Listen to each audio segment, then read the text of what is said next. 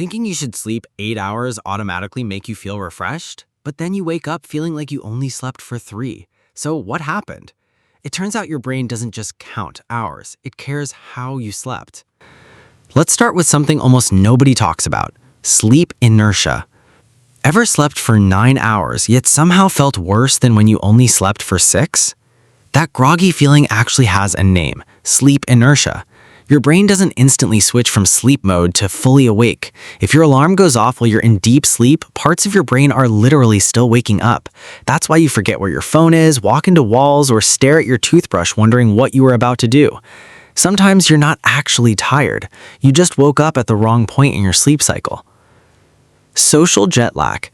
Imagine flying from India to Europe every weekend, then flying back every Monday. Your body experiences something surprisingly similar.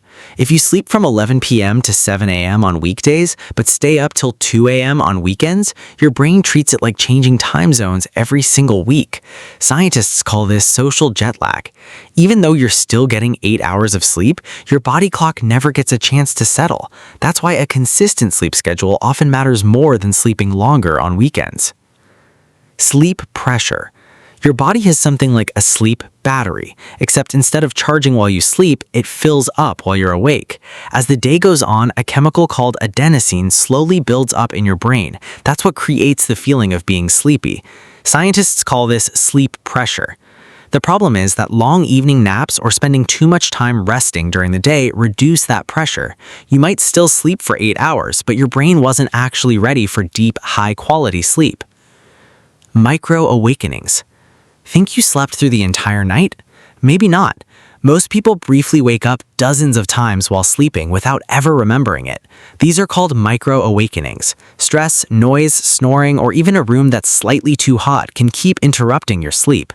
Each interruption forces your brain to start rebuilding deep sleep again, so even though you never fully wake up, you can still feel exhausted the next morning. Circadian rhythm. Here's the weird part. 8 hours isn't always 8 hours. Your body has an internal clock called the circadian rhythm. It decides when your body naturally wants to sleep and when it wants to be awake. If your body expects sleep at 10:30 p.m., but you regularly sleep from 3 a.m. to 11 a.m., you might still get 8 hours, yet wake up feeling surprisingly tired. Your body doesn't only care how much you sleep, it also cares when you sleep. So, if you're still tired after 8 hours, don't just ask, did I sleep long enough? Instead, ask yourself, did I wake up during deep sleep? Is my sleep schedule constantly changing? Did I build enough sleep pressure? Is my sleep getting interrupted? Am I sleeping at the right time? Your body isn't a stopwatch. It doesn't simply count hours. It follows rules. And once you understand those rules, getting good sleep suddenly starts making a lot more sense. Stay paying